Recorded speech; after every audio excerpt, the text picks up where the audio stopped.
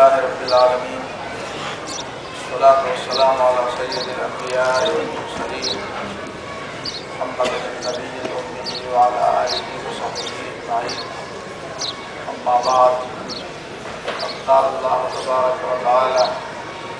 وإنك لعلى خلق عظيم. صدق الله العظيم.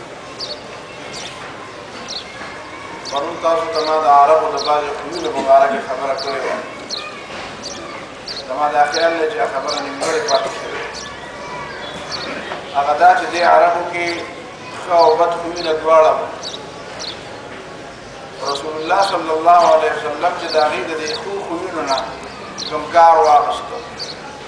او د هغې هغه د بدو خویونو چې کوم اصلاح یې وکړه، دا د دنیا په تاریخ کې د دې مثال نشته. یو داسې قوم چې هغه د سره نظم و ضبط نه پېژني، هغه د سره د چا خبره منل هغه ته عار او شرم ښکاري. یو منظم ژوند تېرول د سره هغه د صدونه واقف نه دی. سوونه نه زرګونه کاله شوي دي چې هغه د دې نه د سره واقف نه دی چې منظم ژوند څنګه وي، اجتماعیت څنګه وي، یو قانون او د حدودو پابندي څنګه وي، د چا خبره منل او د چا د خبرې د منلو دپاره یو قرباني ورکول، دې نه هغه واقف نه وي. داسې بیماران چې هغه داسې بیماران دي چې د هغې بیماري تقریبا د عامو خلکو په نظر لاعلاجه دي، او یو سړی راشي او د هغې نه حکیمان او طبیبان جوړ کړي، معالجین دي جوړ کړي. دا خبره خو کېدی شي چې یو بیمار ښه شي، او دا خبره چې بیمار دونه ښه شي چې هغه د نورو بیمارانو دپاره علاج جوړ شي. دا د رسول الله صلی الله علیه وسلم اعجاز دی، دا د نبي علیه الصلاة والسلام معجزه ده. دا د نبي علیه الصلاة والسلام په زمانه کې چې د مدینه منوره کې چې کله ازادي میلاو شوه، مکه معظمه کې خو ازادي نه وه، مدینه منوره کې ازادي میلاو شوه، او دا یو صحابي بیا د دې خبرې اهل او قابل و چې دا د ټولو دنیا امامت وکړي، او په سوونو نه د زرګونو په تعداد کې د 1 لاک نه زیات تعداد کې دومره لوی خلک په یو ځای کې راجمع کېدل، دا د دې په دنیا انساني تاریخ کې مثال نشته. دا څنګه وشوه؟ داسې په یو ځای کې لکه په دې دغه کې موږ وایو په یونان کې ډېر قابلان خلک وو، سقراط وو، بیا پسې افلاطون وو، بیا پسې ارسطو وو، بیا پکې جالینوس وو، بیا پکې فیثاغورس وو. 4-5 شپږ نومونه دي،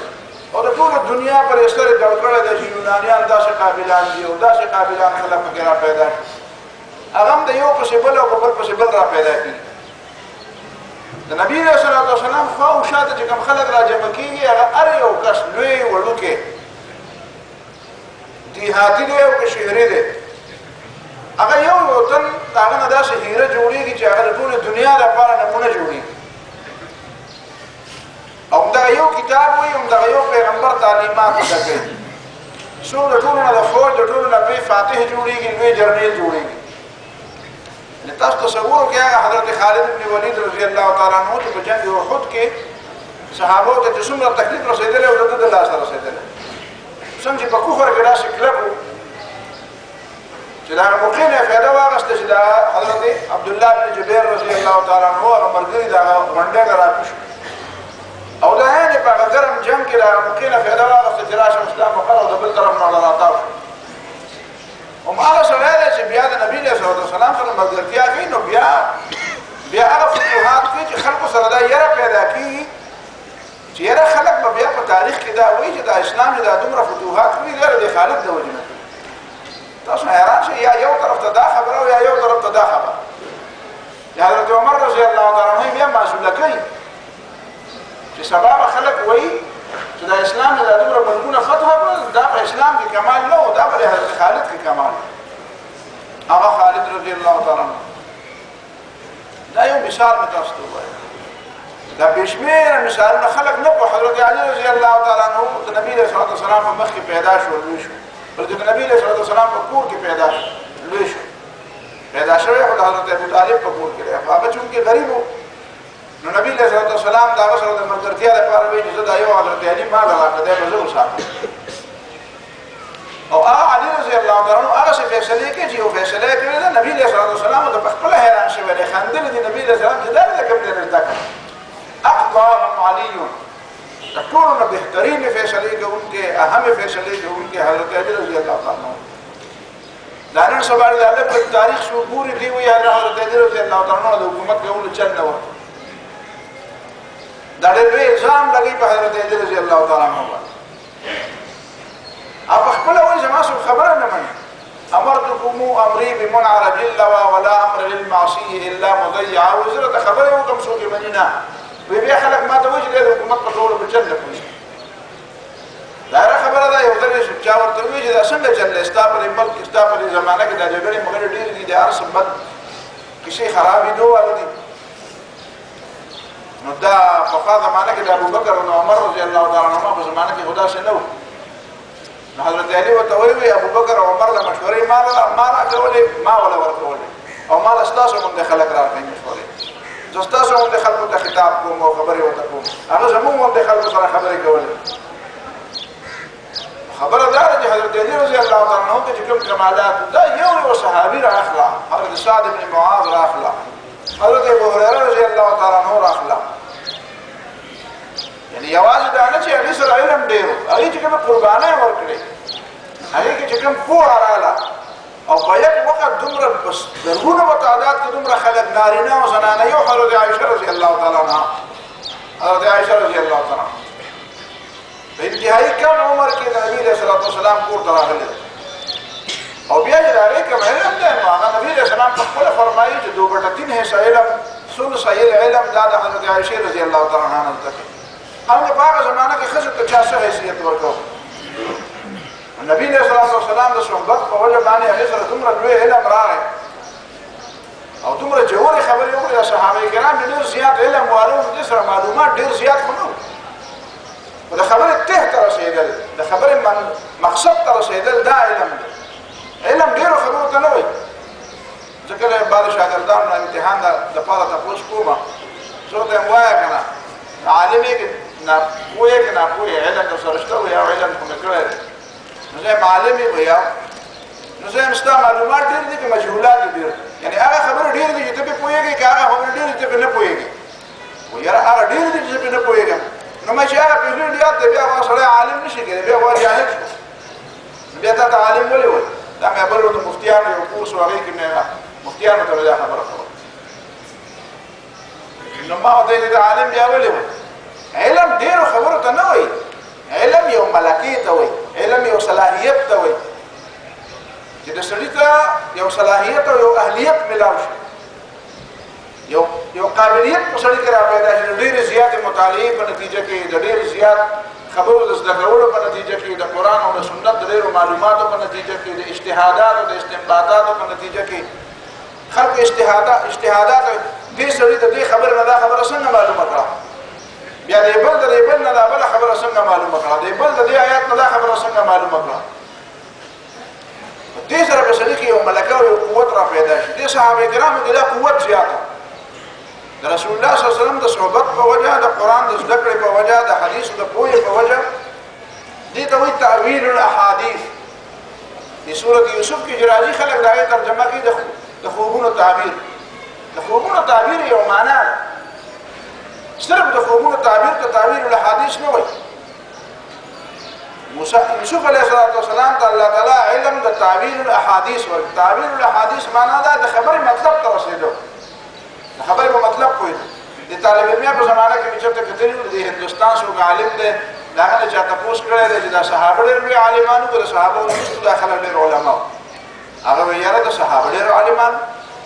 نه هغه وایي صحابو غټ غټ کتابونه نه دي لیکلي 30 او 40 او 100 جلده کتابونه وروسته خلکو لیکلي دي نو غټ علم خو د نورو خلکو سره شو نو هغه ورته بیا په اردو ژبه کې یو جواب ولا ورکړی دی وہ صحابہ کرام جو کنا وہ برماتے تھے اور یہ لوگ رنداتے تھے وہ صحابہ کرام وہ برما والا برما لرگی اگر یخت امزی اگر پوری دمرا نہیں بظاہر جتا پوری نفور نہیں خود خبر یہ پوری دیوزی برما اور رندہ چکا مدابی در پاس سنی گی نو اگر پور دیر زیادی کی خلق کوئی لگا در بردست کارے وہ دمرا دولی پوری جمع تو اگر لرگی یخت نکوزی گی صحابه کرام ته علم ډېر زیات څه کوو چې هغه د خبرې یخته کوزېده او نور وروسته خلک خبرې ډېرې کوي خو د خبرې په مطلب نه د نبي علیه الصلاة والسلام کمال دا دی دا د نبی علیه الصلاة والسلام اعجازي شان دی چې د رسول الله صلی الله علیه وسلم په صحبت کې یا خو هغه خلک چې هغه د جاهلیت علمبردار د جاهلیت دپاره یې ځان هم وجو بل هم وجو مرګ نه پسې تېر وو د کفر دپاره هم نه مرګ نه تېر وو یعنې تاسو به حیران شئ هغه هندا رضی الله تعالی عنها جګرخواره ورته وایي هند جګرخوار هندا بنت حرب بن امیه د ابو سفیان رضی الله تعالی عنه خو دا یو طرف ته په جاهلیت کې دومره سخته ده چې دا جنګ راځي او په احد کې چې خلک تتر کېږي د دې دا ملګري قرآن وایي که نه ولقد صدقكم الله وعده إذ تحسونهم بإذنه او د مسلمانانو دا زور غالب وکړي دې وتښتېدو بیا حضرت خالد رضی الله تعالی عنه پوه شو چې دا خلک راکوز شو چې زموږ اصل موږ فتح وکړه نو د هغې د هغه فایده واخیسته او خبره الټه شوه په دغه وخت کې چې دا خلک تښتي نو دا هنده لګي او دا یو سړی رانیسي او غیرت یې ته ورکوي ته شرمېږې نه ته دلته سړی دی ته دلته نر یې او د جنګ نه تښتې یو په جاهلیت کې دومره سخته ده او بیا د نبي علیه الصلاة والسلام په دشمنۍ کې دومره سخته ده چې حضرت حمزه رضی الله تعالی عنه سینه کړئ او وینا او سږي راوباسي او چوپي او کله د هغې نه بیا غار جوړوي او په غاړه باندې او یا چې کله مسلمانه شي نو دا پرون مې لوستل نبی علیه الصلاة والسلام د فتح مکې په دې موقع باندې ناست دی او د عبدالمطلب د خاندان څخه خلک هم ورسره ناست دي او دې هندۍ رضی الله تعالی عنها دا مسلمانه شوې ده نو دې دوه سخي سره کړي دي دا سخي نه دا چیلي سره کړي دي او یو دومره غونې مشکیزې جوړه کړې ده په هغې کې پی اچولي دي د هغې نه شربت جوړ کړی دی هغې کې خواږه اچولي دي او هغې د نبي علیه الصلاة والسلام او خادم یې ورکړي دي نبی علیه السلام تپوس کړو دا چا راولېږل وایي دا هندۍ راولېږل نبي علیه السلام ورته دعا وکړه دعا یې ورته وکړه نو هغه بیا پوه شو هغه خادم یې لاړه ورته یې وکړي چې نبي علیه السلام به تا ته دعا وکړه نو ډېره زیاته خوشحاله شوه وایي خاله که نبي علیه الصلاة والسلام زما هغه بد ټول هېر کړه او ما ته یې دعا وکړه زما هدیه یې قبوله کړه دا کمال په خلکو نبي علیه الصلاة والسلام ته مخامخ وې په یو وخت داسې و چې لکه مسلمانان نو د ته مو ډېر په ټوله دنیا کې مو ټول نه زیاته دښمني ستا سره وه په دې ټوله ځمکه کې مې ستا مدینه ناخوښه وه بدي مې شوه او په دې ټولو خلکو کې مې ته بدي شوې اوس په زړه کې مې داسې راغله بس چې ایمان مې راوړو کلمه مې وویله اوس دا اوس درته په زړه نه دا وایم چې د ټولو دنیا نه مې خوښ دی او د ټولو نه مې خوښې ستا خبرې دي او د ټولو نه مې خوښ ستا حال په دې خلکو کې تبدیلي راغله دا تبدیلي څنګه راغله دا تبدیلی راتلل دا یو سړي کې دا دومره صلاحیت څنګه پیدا شو دا یو تن څنګه د دنیا امام جوړ شو د اسمان ستوری جوړ شو دا عقل د دې جواب نه کوي عقل سره دې جواب نشته دا د رسول الله صلی الله علیه وسلم دا اعجازي شان دی دا د قرآن اعجازي شان دی دا د اسلام اعجازي شان دی نن هم که دغه اسلام چا په رښتیا معنو باندې زړه ته کوز کړو دا هم د اسکرو نه هیرې جوړوي بیا دا مو وایه چې دا خلک دا چې کوم خلک وایي یاره چې هغه دور او چېرته دا دور خلک په صحیح معنو کې د زړه نه د پیغمبر سره او د الله سره او د الله د رسول سره د زړه نه تعلق نه ساتي سرسري غوندې تعلق ساتي سنجیده تعلق خلک نه ساتي سنجیده تعلق چې د الله او د الله د رسول سره ساتلی اوس هم هغه صلاحیتونه د الله تعالی دربار اوس هم ټولولی لاسونه یې اوس هم فراخ الله تعالی رسول کمی نه دی راغلی و دا صلاحیتونه او دا قابلیتونه د دې روح بدلول پکار دی د دې روح بدلول پکار دا غیرت نو د غیرت تاریخ ولا بدل ورته غیرتي د ټولو نه لوی پیغمبر دی او ټولو نه لوی غیرتي بیا الله پاک په انسانانو د ټولو نه لوی غیرتي پیغمبر دی او په ټولو کائناتو د ټولو نه غیرتي الله پاک دی ستا او زما غیرت هم غیرتي نو ته دا ومنه چې ستا نه لوی غیرتي ذات بل شته بس هغه تصور یې ولا بیا دا چې په دې کې کومه قربانۍ هغه جذبه وه د سر د ورکولو جذبه وه هغه جذبه اسلام طرف ته راوګرځول هغه مقاصد یې لوړ کړو دا نبی علیه السلام دې فرمایي بعثت لأتمم مکارم الاخلاق زه دې دپاره رالېږلی شوی یم چې زه ښه خویونه هغه خپل کمال ته ورسوم یو خوی په سړي کې شته ښه خوی دی هغه صرف د یو څو پیسو دپاره دی د دنیا دپاره دی د یو ذاتي مقصد دپاره دی د یو معمولي غوندې منزل د یو معمولي غوندې مقصد دپاره دی اسلام د سړي په دې خویونو کې لږ وسعت پیدا کوي وسعت په سړي کې پیدا کوي دوی وه دا چې نبي علیه السلام د دې خلکو د ژبې اصلاح کوله عربو به وایي انصر اخاک ظالما او مظلوما ضرور مدد کوه که ظالم او که مظلوم به ضرور خوا ته ودرېږم د دې ظلم نه خلیل فرمایل انصر اخاک ظالما او مظلوما ضرور مدد کوو که ظالم او مظلوم صحابه کرام یا رسول الله ظالم نه موږ څنګه چې مظلوم نه موږ مدد کوو چې ظالم ګور اسی انداز بدل شو پیغمبر نه تاسو کې چې ظالم څنګه مدد مخکې وی ظالم پس چې سپیدا وکړو بیا تاسو کې یا رسول الله چې ظالم نه څنګه مدد کوو زموږ زیر په بدل شوی دی موږ بل خبره درکړه ظلم په رجا باندې نه کې نبی صلی الله علیه وسلم ته وی ګوره رسول الله به را باندې ګوره دا خبره دی نو یې ذکر مخکې دا خبره ذکر چې روح دې ظلم کوي ته ظلم کوه بیا چې نبی صلی الله علیه وسلم تربیت وکړو بیا دا خبره خاور نه لګیدا چې د ظالم په مدرتیا څنګه ته بیا نبی صلی الله علیه وسلم نه د دې نه یو قدم مخکې شه هغه دا دلاله ذکر کړی چې ظالم ضرور یوازې دا نه چې ضرور مدد نه کوي بلکې ضرور مدد دار چې د لاس نه ونیسي د چا د لاس نه نیول څوک د بدن بندول دا دغه مدد کول دي نن سبا خلک وي د بدن بندول په فردي کار کې کار لري د یورپ کې او په بعض علاقو کې چې خلک پاتې کېږي نو بیا ورته وایي خپل کار سره کار نه زما کار سره څه کار دی دا د خپل ذاتي کار دا زما ذاتي معامله ده تا به کې څه کار دی نه دا امر بالمعروف او نهي عن المنکر دا د چا په کار کې کار لرل نه دي دا مطلب نه ستا په کار کې کار لرم موږ دا یو محله ده په یو محله کې اوسېږو فرض دا چې زه درته وایم چې سړی بغلا نه کوي سړی به پردي کور چاردیواری تحفظ به نه پامال کوي چا په دروازه کې به نه ودرېږي د چا زنانو ته به په بده سترګه نه ګوري ته ما ته وایې دا ته په پردي کار کې کار دی پردي کار کې کار نه لرم دا د خپل کار کې کار لرم یو سړی چې هغه دا کارونه کوي بیا زما دروازه د هغه نه بچ کېږي بیا خو دا یو ځای دی یو سړی چې غل شي لس کسه جوانان دي په دې کلي فرض کړه او په دې لسو کې یو غل شو نو د دې معنا دا ده چې 10% زما کور غیر محفوظ شو او چې دوه پکې غلی شو نو 20% زما کور غیر محفوظ شو چې 15 پکې غلی شو نو 50% غیر محفوظ شو او چې په دې کې لس غل دي نو 100% غیر محفوظ یم او که زه د لسو غلو په ځای باندې دا 9 کم 8 کم 9 کم 15 کم 2 کم نو په دغه ریشو په دغه تناسب باندې زه محفوظ کېږم دا د هر سړي دا ذمهداري ده دا د بل سړي د ګناه نه بندول دا په حقیقت کې دا د ځان نه دا ګناه لرې کول دي دا د خپل کور نه دا ګناه لرې کول دي دا چې صحابه کرامو کې دا کمال را پیدا شو دا د دې لپاره وی چې رسول الله صلی الله علیه وسلم دا اجتماعیت راوسته یو نظام او هر سړي ته خپل کار حواله شو د علم دغه د علم په میدان کې ای کار کوي د علم کار حواله چا چې حکومت کولای شي دا کارونه حواله یعنی ابو ذر رضی الله تعالی عنہ راځي نبی صلی الله علیه وسلم ته یا رسول الله دا ټول خلک یو د فلان کې علاقې مشر کو بل د فلان کې علاقې مشر کو دا هو بشری دا حکومت دی لوی حکومت دی ما به په یو علاقه کې مشر کړ نبی صلی الله علیه وسلم ته فرمایي یا ابا ذر ان هذه امانه ابو ذر دا امانت دی دا به بوج بر و اني اراك ضعيفا زه چې تاسو ګورم ته دا امانت لو چې ته ولې ته کمزور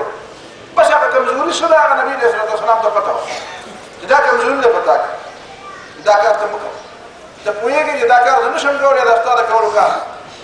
نبی صلی الله علیه وسلم دا مردم شناسی دا یو سړی پیژندل بیا په دې موجوده زمانہ کې دا جدید سيزونه تاسو دا جدید سیاسيات ګورئ نو دا برته دا خې چې دا انفرادیت څه شی نه دی اجتماعیت ډېر اهم شی دی بس اداره اهمه ده او فرد اهم نه دی دا خبره به تاسو ډېره زیاته اورئ اداره اهمه ده فرد افراد ځي او راځي ادارې باقي پاتې دا خبره ډېره غلطه خبره د پیغمبر طریقه دا وه چې اجتماعیت هم اهم دی او فرد هم اهم دی دا ټیک خبره ده چې اجتماعي مفاد چې دي هغه د فرد په مفاد باندې مقدم دي خو فرد به ته ضایع کوې نه د فرد هغه انفرادیت او د هغه شخصیت او د هغه انفرادیت دا برقرار ساتي د نبی صلی الله علیه وسلم لوی کمال دا موجوده زمانه کې دا کمال هیڅ چا کې نشته پر لوی ادارو کې نشته پر لوی حکومتونو کې هیڅ چا کې نشته د حیثیت مجموعي په هیڅ چا کې دا کمال نشته چې هغه فرد هغه شخصیت او د فرد هغه انفرادیت هم برقرار وساتي هغه ډمیج نه کړي هم زخمي نه کړي او د هغې باوجود د اجتماعیت دپاره د هغه نه فایدې موالي نبی علیه الصلاة والسلام د چا هغه انفرادي صلاحیت چې دی هغه دباو کړی نه دی هغه ډیولپ کړی هغې له ترقي ورکړه شونما یې وله ورکړه هغې له پالش ورکړي دا ډېر لوی بغیر دا کمال بل چا سره نشته اسلام دا کمال خلقو کې را پیدا کړي اسلامي ادارې چې په هغه باندې فرد هغه صلاحیت چې دي هغه شخصیت او هغه انفرادیت هغه ختميږي نه هغه مزید ترقی کوي خدای په وجود هغه د اجتماعیت لپاره مفید دي هم دا تاسو ګورئ د صحابه کرامو پر ټول اجتماعیت کې دا لوی کمال دی چې هغه د اجتماعیت حسن ده او دا په وجود دا خپل انفرادي تشخص برقرار دا انفرادیت هم برقرار دی هغه انفرادیت د اجتماعیت لپاره چیلنج نه دی دینه مخکې بیا یو قدم مخکې رسول الله صلی الله علیه وسلم په وړوکوالي په ماشوموالي باندې یو سفر کړی دی د خپل تره ابو طالب سره روانو شام ته په سفر نبی علیہ الصلوۃ والسلام د رسول الله کالو نو هغه نبی علیہ الصلوۃ والسلام ته ویل چې زین زه ته هم تاسو راځه ته چرته زید په تاسو راځم ما چرته پرې ابو طالب نبی علیہ الصلوۃ والسلام نه سره روان حال کې سفر لري درانه سفر لري تجارت سفر لري بیا روان کینو بصرا یو علاقه په شام کې بصرا دا غیر رئیس ته او دا سردار نبی علیہ الصلوۃ والسلام بیا ختم لیکل البته چې دا قافله ورسېده نو البته یو راهب دی بحیرا دا غنم دی خلک دا بحیرا دی دا لفظ بحیرا وي غالبا دا لفظ بحیرا په ځای باندې بحیرا فعلا لفظونه ټیک دي دا عجبي لفظ دی که تاسو څنګه وایي نو څومره مسله پکې نشته خو ځکه خلکو اکثر لیکلی بحیرا هغه بحیرا راهب دی په یو ځای کې اوسېږي هغه چې دا قافله ولیده د عربو ده نو دې له ډوډۍ ورته ټول به راشي نو دې ټول لاړو نبي علیه الصلوۃ والسلام د یو غونډې لاندې ناست وو ماشوم کشره ډکو نو ابو هريره ورته ویل چې یاره په تاسو کې څوک پاتې دي چې هغوی ولک پاتې دی خو هغه ماشوم هلک دی یتیم هلک دی هغه وایي نه څوک به پاتې کوی نه هم راولې جرا یې وستو هغه چې نبي علیه الصلوۃ والسلام ته وکتل نبي علیه الصلوۃ والسلام نه تپوسونه وکړو ورته ویل چې ته خوب څنګه کې ستا خوب څنګه دی نبی علیه الصلوۃ والسلام د خپل خوب خبره وکړه ته پاسې څنګه چې پاسې ستا څه کیفیت دی خوب کې د څه کیفیت دی د خوب نه بعد د څه کیفیت دی بیا ته څه خبرې کې څه سوچ کې نبی علیه الصلوۃ والسلام ورته عامه خبره وکړه چې عام جواب ما ذهن کې داسې سوچونه نه راځي چې یادي سوی یادي سوی وایي زه ستا بحیرا راهب ورته وایي زه تا ته په لات او په عزا باندې قسم در کوم چې ما ته به رښتیا رښتیا وایي نبی علیه الصلوۃ والسلام یاره یو خبره درته کوم د الله په عزا را باندې ډېر بد دی پیدا نمونه مې ډېر سخت ناپسندیده دي زما دپاره مقبوض ترین دي ما ته د دې نمونه مه اخله ما نه چې څه تپوس کوې د الله تعالی په نوم زما نه تپوس کوه نو هغه ورته وایي زه د الله تعالی په نوم درته تپوس کوم وایه چې څه وایې هغه وایه وایي پلار دی وایي زه خو یتیم پاتې شوی پیدا شوی یم زما پلار خو وفات شوی دی زما د پیدایش نه مخکې وفات دی بیا خلکو نه تپوس وکړو وایي د ده مشر څوک شته دی په دې ناستو کسانو کې ابو طالب پاسې دی او زه یم وایي دې څه وایي دې پلار یې وایي د پلار مړ دی زه ګورم د پلار د پیدایش نه مخکې مړ دی وایي نه زما وراره دی وایي داسې چلو کوي دا وراره دی واپس بوځه او که دا یهودیان ولیدو دی خو عیسایي وو که دا یهودیان ولیدو ډېر لوی تکلیف ورته ورسېد او ځینې روایاتو کې مې نن ولوستل چې بعض یهودیان او درې کسان دي چې هغې ته پته لګېدلې ده او هغوی نبي علیه الصلوۃ والسلام باندې د حملې اراده هم کړې ده په ابو طالب په هغې باندې پوه شوی دی او بیا یې نبي علیه الصلوۃ والسلام واپس راوستی خلک وایي چې دا بحیرا راهب د عیسایان دا اعتراض کوي د دې وجې نه زموږ بعضې مسلمانانو دا ویلي چې دا قصه غلطه ده دا مه وایه دا قصه دا د بحیرا راهب دا قصه مه کوئ ځکه چې دا دې نه عیسایان دا مطلب لري چې نبي علیه الصلوۃ والسلام د هغه راهب سره ملاقات وشو نو د هغه نه ډېرې خبرې زده کړې او د وروسته چې کومې خبرې وکړې دا بیا د هغه نه زده کړې نو زه یم چې په دې اعتراض باندې ته خبرې پرېږدې دا خو بیا ډېرې خبرې بیا نمونه پاتې شو چې د بحیرا راهب نه نبي علیه الصلوۃ والسلام په دغه یو ملاقات کې د ټولو خلکو په مخ کې لویه جرګه وه لویه قافله وه دغه ټولې قافلې په مخ کې نبي علیه الصلوۃ والسلام د 12 کالو په عمر کې د هغه سره ملاقات وکړو د هغه نه دومره علم یې زده کړو چې د 40 کاله پورې علم پټ ساتلی و بیا ورو ورو لږ لږ راښکاره کوو نو د بحیرا راهب په خپله ولې دا علم نه راښکاره کړو دا دومره علم چې ده سره و دی خپل بچي ته خپل چې د رشته دارانو ته د خپل کلي خلکو ته چې دا په کوم ځای کې اوسېده هلته خلکو ته یې ولې نه ښوده بیا دا خبره چې نبي علیه الصلوۃ والسلام خو د عیسایت په باره کې رد کړی دی چې عیسایان وایي چې خدایان درې دي نو دا خبره هم د بحیرا راهب نه زده کړې وه چې د عیسایان چې وایي چې خدایان درې دي دا خبره غلطه ده خدای یو دی عیسی علیه الصلوۃ والسلام د خدای زوی نه دی د الله تعالی پیغمبر دی دا خبره د بحیرا راهب نه زده کړې وه عیسی علیه السلام پانسي شوی نه دی الله تعالی بر اسمان ته خېژولی دی دا یې د بحیرا راهب نه زده کړې وه نو که دا عیسایانو ته وایي چې تاسو په غلطه روان یاست تاسو بحیره راهب خو ویلي دي چې عیسی علیه السلام پلسي شوی نه دی ځکه نبي علیه السلام چې نعوذ بالله دا خبره یې زده کړې وه تاسو چې وایي چې خدایان درې دي او عیسی علیه السلام د خدای سره په خدایۍ کې شریک دی نو دا خبره خو غلطه ده ځکه نبي علیه السلام دا ویلي دي ستاسو د وینا مطابق نبي علیه السلام دا د بحیره راهب نه زده کړي نو تاسو دا خپله خبره پرېږدئ ولې نه دا سړي به په دې غاړه کې دا لرې کوئ ولې نه بیا چې دا هم وایم چې بحیره راهب نبی علیہ السلام دا خبر زده کړې نو دا خویونه د چا نه زده کړو دا د نبی علیہ السلام په یو وینا باندې د خلکو سرونه ورکول په احد کې اته کسان د نبی علیہ السلام په دفاع کې شهیدان شو دا خویونه نبی علیہ السلام د چا نه زده کړو د بحیره راهب سره داسې څه دم وشي هغه نبی علیہ السلام ته ښودلی و بیا زه دا خبره هم کومه چې بحیره راهب خو راهب وکړ راهب دې ته و چې په ګوډګۍ کې دننه ناست نبی علیہ السلام په ټول عمر په میدان کې تېر کړی په میدان کې د ګرځېدلی د چا نه زده کړي رسول الله صلی الله علیه وسلم ټول عمر په میدان کې تېر کړی دی د بدر میدان دی د طائف میدان دی د احد میدان دی د تبوک میدان دی د حنین میدان دی دا د میدان خبرې د چا نه زده کړي بیا زه دا خبره هم کومه چې رسول الله صلی الله علیه وسلم ته عیسایان نور هم راغلي د نجران عیسایانو وفد راغلی نجران دا نجران اوس په سعودي کې دی دا یو صوبه ده د دا په هغه زمانه کې په یمن کې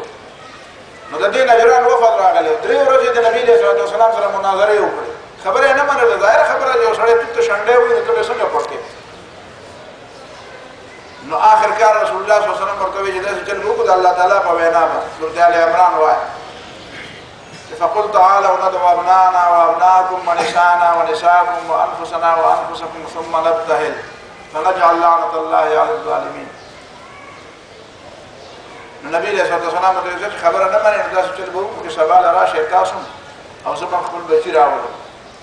او یو کلاو میدان ته به وشو تاسو به مخامخ ودرېږئ او زه به مخامخ ودرېږم او بیا به د الله تعالی نه دعا وغواړو چې الله تعالی چې زمونږ په موږ فریق او په دغه فریق کې کوم رښتیا یې هغه بچ کړي او چې کوم په دروغ یې هغه تباه کړي او تاسو به هم پرې امین وایئ او زه به هم پرې امین وایم راځئ چې وځو نو سهار نبی علیه السلام حضرت علی او حضرت فاطمه او حضرت حسن او حضرت حسین را روان کړي او دې ته یې ویې زه راځئ راځئ چې ځو دوی چې د یو بل ته وکتل په دې کې یو کس و هغه مسقوف د دې مشر سردار هغه ورته ویې زما دې په الله قسم چې دا داسې مخونه دي دې مخونو ته ګوره دې کې یو رڼا ده وایي چې که دا خیرې وکړې نو یوازې دا نه چې دلته به تباه شي په نجران به هم ټول اور شي هغه به هم ټول تنور شي راځئ چې د ده سره صلح وکړو نو زه دا تپوس کوم چې بیا د نجران د خلکو د نبي علیه السلام خبره ولې نه منله چې هلکه تا خو هسې نعوذ بالله زمونږ د پیر شاګرد دی نو بس راځه ستا او زموږ خبره یوه ده نو بیا د اخرې خو یو خبره وه بیا خو دواړه یو خبره وه بیا چې نبي علیه السلام هرقل ته خط لیکلی او هرقل ویلي و چې که دا خبرې رښتیا وي دا محمد صلی الله علیه وسلم ما ته کومې خبرې راورسېدې د نبي علیه السلام په باره کې نو زما د خپو لاندې د ځمکه به د ده په قبضه کې راځي نو دا ستا دا هرقل بیا د نبي علیه السلام نه دومره ولې یارېده خو تلی به وی هغه د بحیرا په شانې به نور خلک هم وو هغه ته به یې ویلي وې چې هلکه دا خو یوه خبره ده نو راځه چې دا خبره یوه کړو بیا هغه د نبي علیه السلام د خبرې جواب د اوسه پورې ولې نه دی کړی بیا نجاشي ولې د نبي علیه السلام باندې ایمان راوړی دی خو عیسایي و بیا د نجاشي چې کوم وفد راغلی او د اویاو کسانو مکې معظمې ته او قرآن د هغې تذکره کوي وإذا سمعوا ما أنزل إلى الرسول ترى أعينهم تفيض من الدمع چې قرآن یې واورېد نو ژړل به یې سترګو نه به یې اوښکې بهېدې وایي موږ له مخکې نه مسلمانان اوس هم مسلمانان مخکې نه موږ مسلمان موږ عیسایان نه یو موږ مسلمانان یو دغه انصار خلک چې قرآن ورته انصار وایي قالوا إنا نصارى موږ نصرانیان یو من انصاري الى الله ځان ته به انصار او نصارا وي دا خلک بیا ولې په نبي علیه السلام باندې ایمان راوړو دا خبره چې د بحیرا راهب یا د بحیرا راهب نه نبي علیه السلام خبره دې نه یېرېدل نه دي پکار ملاقات ورسره وکړو نبي علیه السلام دا زده کړه نه ده کړې او زده کړه چې د نبي علیه السلام صرف په یو ملاقات کې یو څو منټه خبرو کې زده کړي دا باقي دنیا ته ولې زده کړه نه کوي دی په خپله ولې دنیا ته داسې ستوري په شان دی د دې خو داسې مثال دی لکه یو سړی وایي چې دا هیره نه ده دا هیره دا ملغلره دی کې دا چمک چې دی که نه دا پکې د سکرو نه راغلی دی د سکرو کې چمک هم دا ځکه دا هیره د هغې سره یو دی شو دا ځکه وچمک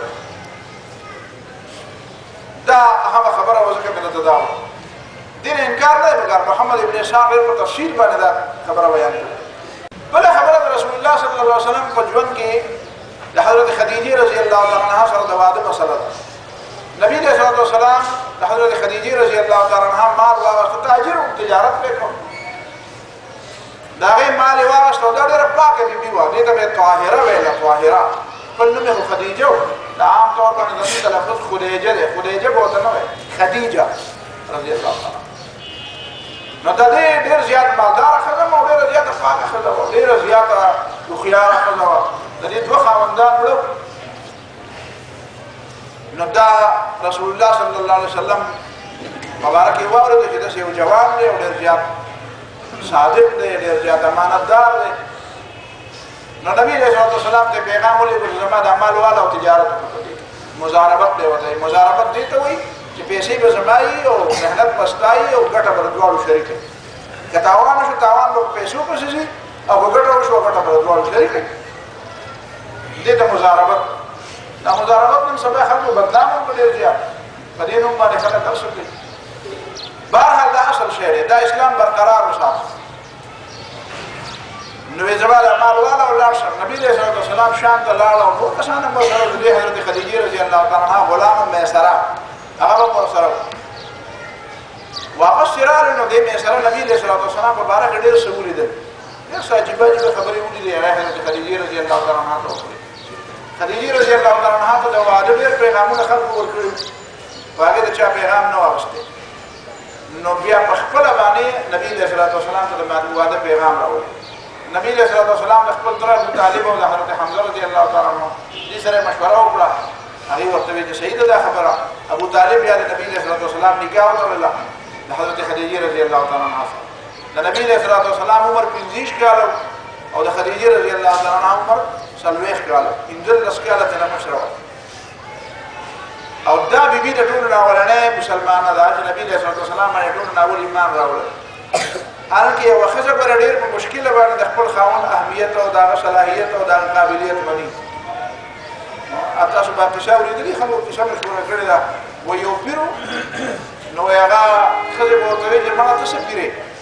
وایي پیر هغه څوک و وایي دلته به دې لاره اوس داسې روان کړې هوا روان نو الوتل. قصه ده، هسې نه چې بیا صفایي رښتیا وایي چې پیر الوتل. نو وار اوس هم ګورئ په دې کې څه کمال نشته. الوتلو په وجه باندې به د چا خبرې نه منې. پیغمبران الوتي نه دي. یا لکه الوزي خو ماشه یم که نه، نو ماشه سزګر خو نه دی. الوتل د زبرګۍ نښه نه ده، خو دا کیسو خلکو مشهوره کړې ده. دلیل ته به ګورې، دلیل ته ثبوت ته به ګورې چې خبره د قرآن او سنت مطابق برابر ده که نه ده. خو کیسه کیسه یې نو هغه ښځې ته یې ویلي چې کور ته راغی. هغه ښځې ورته ویل چې ته هم ځان ته پیر وې. پیر هغې چې هغه الوته چې الوته وی خو زه ومه که نه. وی ښه دا خپې دې ځکه رپېدې، وی ښه دا خپې دې ځکه رپېدې. نو ښځه د چا کمال نه مني، دا د ښځې فطرت دی. خو د ټولو نه لوی اولنی ځل رسول الله صلی الله علیه وسلم د نبوت خبره وکړو نو حضرت خدیجه رضی الله تعالی عنها ومنه. هغه په عمر کې د کشر و 25 سال او 15 کاله فرق دی. 15 کاله د نبي علیه الصلوۃ والسلام په عمر کې کشر دی. دا لوی کمال دی د رسول الله صلی الله علیه وسلم چې هغه ښځه چې د نبي علیه الصلوۃ والسلام نه مخکې دوه خاوندان یې لیدلي دي، بیا د نبي علیه السلام ټول بچي هم د هغې نه دي. نبي علیه الصلوۃ والسلام ته د واده پیغام هم هغې لېږلی دی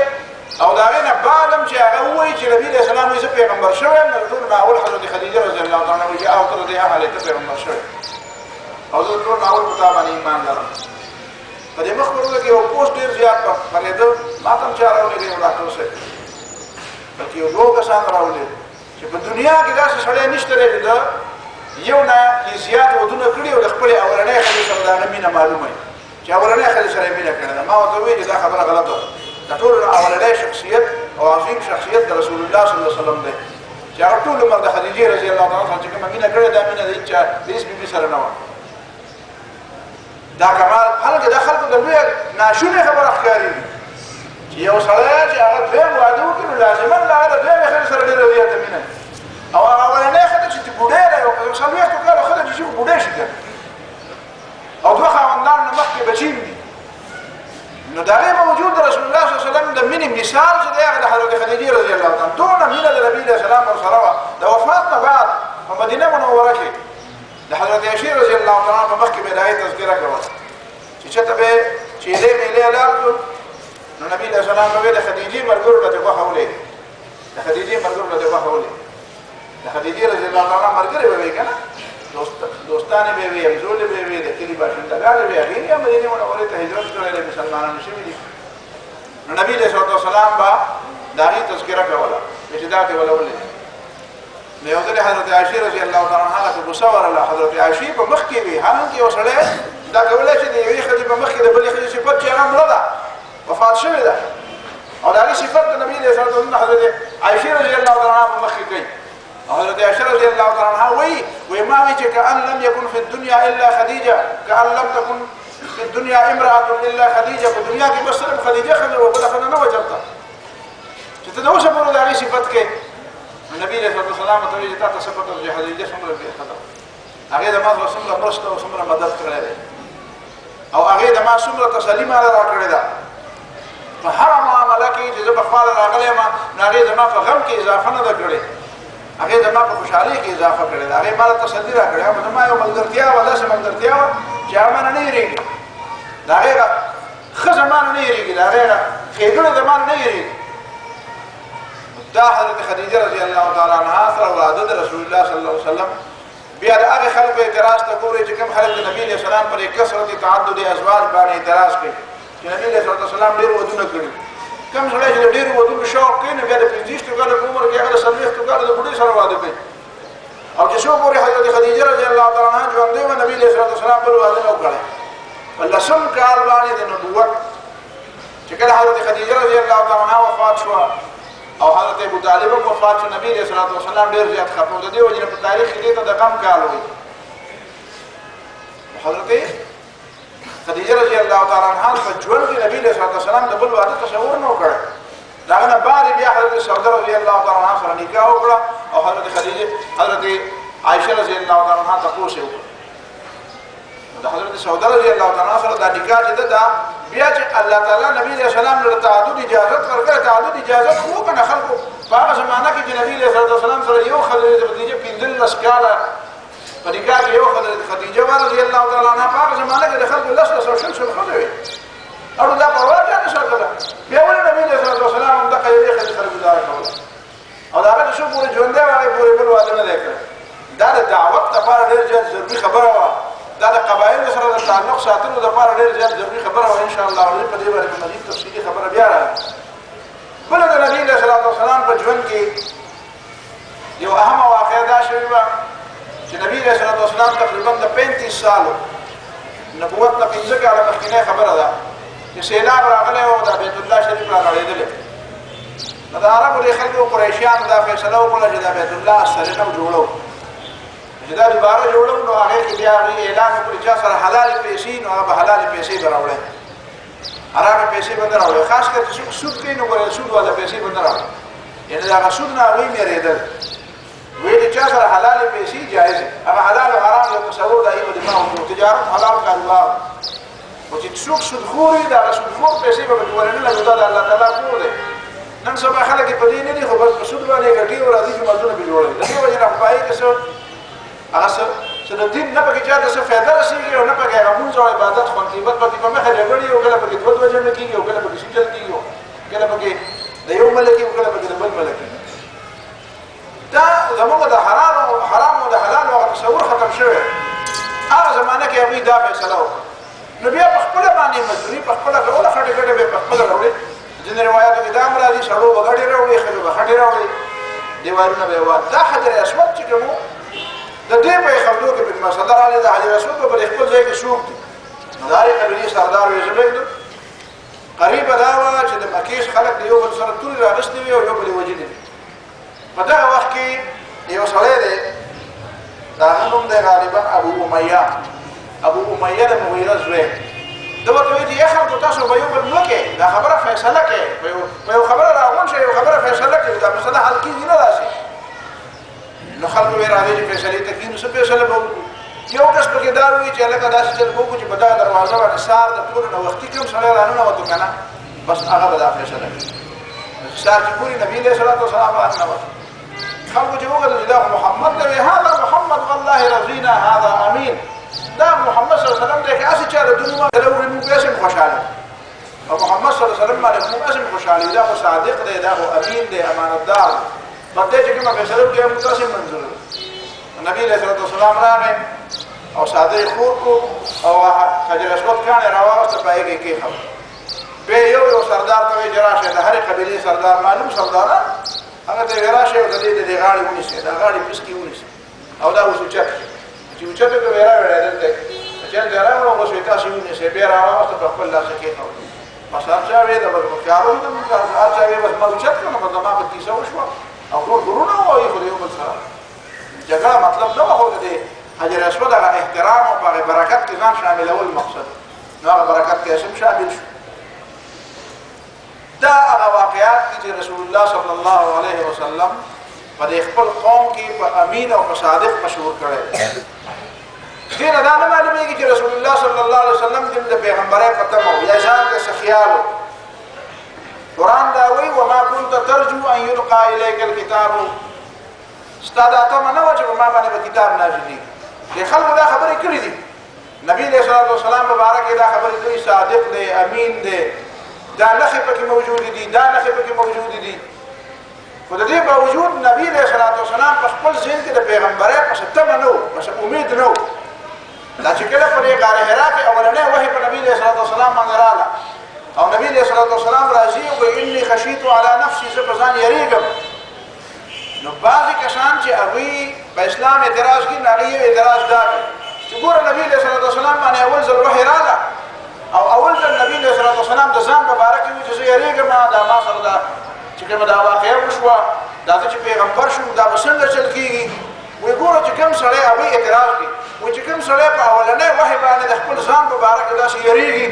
تاسو وایي دا پیغمبر دا دې خبره ثبوت دی چې دا نعوذ بالله د پیغمبري لایق نو کني دا ویریږي څنګه دا فکر دا خوشاله راډیو زیات چې راغلی په دې لار باندې چلي والے خلکو ته چې خلکو د اسمان د الله باندې وحی رااله هغه وځي یریږم خبردار دې په دې خبره پويږي نه دا خبره چې نبی علیہ الصلوۃ والسلام په ځان باندې یریږي دا د دې خبرې ثبوت دی چې نبی علیہ الصلوۃ والسلام د پیغمبري پته منو که په دې خبره نبی علیہ الصلوۃ والسلام خوشاله شوی او د ډېر خوشاله نه هر چا ته ویل چې ګورئ کنه تاسو څه معنی منئ زه د پیغمبر شو نو دې معنا بداوه چې خلکو به دا شک کولای چې ګوره دا په خپله په تمه و نو چې هغه شی ورته میلاو نو څنګه خوشاله شو نو چې په تمه نه نو قرآن خو دا وایي چې ته په تمه نه وې نو که نبي علیه الصلاة والسلام په دغه وخت کې د دې خطرې اظهار نه وی کړی او د دې خطرې اظهار چې دغه دا خطره ده زه به دا لوی بوج څنګه اچوم دا خو ما باندې ډېر لوی بوج ځان ورته ډېر کمزوری ښکارېده الله تعالی هغه خلک اوچتوي چې چاته ځان کمزور من تواضع لله رفعه الله څوک چې د الله تعالی په ځان مخکې ځان کمزوری ثابتوي الله تعالی هغه خلک اوچتوي چاته چې ځان ډېر لوی خلک ښکارېږي خلک الله تعالی ښکته کوي دا تواضع د نبی علیہ الصلوۃ والسلام نزدګه دا ځکه چې نبی علیہ الصلوۃ والسلام د پیغمبرۍ په تمه نه و ځکه ورته دا خبره عجیبه ښکاره شوه چې دا خو د ټولې دنیا سره ډغره روان دي چېرته زمانه په دې کې څه کوتاهي ونه شي ځکه ورته حضرت خدیجه رضی الله تعالی عنها دا نه وایي ته یعنې په پیغمبرۍ کې شک نه و دی کله دا خبره په دې انداز کې کوي دا اعتراض کوونکی چې لکه نعوذ بالله د پیغمبر علیه السلام په خپله پیغمبرۍ کې شوی نه که شک وی نو حضرت خدیجه به ورته دا ویلي وي چې نه شک مه کوه ته پیغمبر یې هغه ورته دا نه وایي هغه ورته وایي والله لا یخزیک الله الله تعالی به تا مدد نه پرېږدي الله به دې شرموي نه الله به دې مدد کوي د ټولې دنیا سره ډغره وایي خو الله تعالی دې په پشت باندې دی الله تعالی دې مدد کوي ځکه انک لتصل الرحمه ته د خلکو سره رشتې پالې وتحمل الکله د خلکو بوجونه وړې وتقري الضيف او دخل مېلمنو مېلمستیا کې وتكسب المعدومه د چا چې د ګټې وټې شوګنې هغه ګټه کې وتعين على نوائب الحق خلق د دې حدیث ترجمه بل شان دي کې وتعين على نوائب الحق تبحق کده خلق مرګتیا کې دا مطلب نه دی وتعين الحق على نوائب ته مصیبتونو باوجود د حق لپاره ودرېږي تاکي دا کمال دی ته دې ته وګورې دا خبره حق ده نو که د دنیا جهان مصیبتونه په تا راځي تا د مصیبتونو ته تیار یې خو حق پرېښودو ته نه تیار ته د حق لپاره قرباني ورکړې د دې جملې ترجمه دا ده وتعين الحق على نوائبه ته د حق ملګرتیا کې د حق مدد کې سره د دې د حق مدد کول ګران دي دا ستا کمال دی ځینې خلک د حق ملګرتیا کوي چې کله د حق ملګرتیا اسانه څه مشکل ورته نه بیا د حق ملګرتیا کوي خو چې د حق ملګرتیا کله مشکله شي نو بیا هغه د حق لپاره قرباني نه ورکوي د نبي علیه الصلوة والسلام د ابتدا نه دا کمال چې کومه خبره ورته حق ښکارېده نو د هغې لپاره دا حضرت خدیجه رضی الله تعالی عنها بیا د نبی علیه الصلوة والسلام دا تسلي په دې کړې ده او دې کې آخري خبره دا ذهن کې کېنوئ چې نبی علیه الصلوة والسلام باندې وحی راغله د هغې خبرې به بیا تفصیل بیانوو نو د نبی علیه الصلوة والسلام په کمالاتو کې چې کوم کمالات حضرت خدیجه رضی الله تعالی عنها ذکر کړل هغه ټول د بندګانو د حقوقو سره تعلق ساتي د انسانانو د حقوقو سره تعلق ساتي څوک چې د الله تعالی د دین خدمت کول غواړي نو پکار د انسانانو د حقوقو خیال وساتي یو سړی د دین خدمت دی ته وایي چې صرف د الله سره به خپله رابطه برابر ساتم او د مخلوق پروا نه ساتم دا خبره غلطه بنیادي خبره د دې مخلوق خدمت به هم کوې د دې مخلوق حقوق به هم ادا کوې او د مخلوق کې به اوسېږي دې نه به ځان جدا نه ګڼې دې نه به ځان چې ته اوچت نه ګڼې که تا د انسانانو ته چې په کومه زمانه کې پیدا یې ته ډېر هم لوی سړی خو چې ته په کومه زمانه کې پیدا یې به د هغه زمانې د خلکو سره اوسېږه د هغې سره ناست پاس اوسېږه د هغې سره په کېناستو شرم مه محسوسوه پیغمبر نه لوی څوک نشته همدغه خلکو سره اوسېږي همدغه خلکو سره ناست پاس دی د هغې هغه ګډې وډې خبرې هم اوري په هغې صبر هم کوي په هغې برداشت هم کوي دا د پیغمبرانه خوی دی دا د راهبانو خوی به په ځان کې نه پیدا کوي چې ځان د خلکو نه ځان بلکل جدا دا بېله خبره ده چې علامه اقبال د پیر رومي او د مرید هندي یو خبره کوي په هغې کې هغه یو سوال کوي د پیر رومي نه چې یاره د دې خلکو سره ډېر زیات پاتې شم د دې خلکو نه جدا پاتې شم هغه وایي دا یو خبره مې واوره چې په دې خلکو کې داسې خلک هم شته چې د هغې سره کېناستل ګورې نه یې پکار او په دې خلکو کې داسې خلک شته چې د هغې نه ځان له کېدل نه یې پکار نو دا پکې ګوره چې کوم خلک هغه دي چې هغې سره کېناستل نه دي پکار او کوم خلک هغه دي چې د هغې نه جدا کېدل نه دي پکار بهرحال دا د پیغمبر د تعلیماتو نتیجه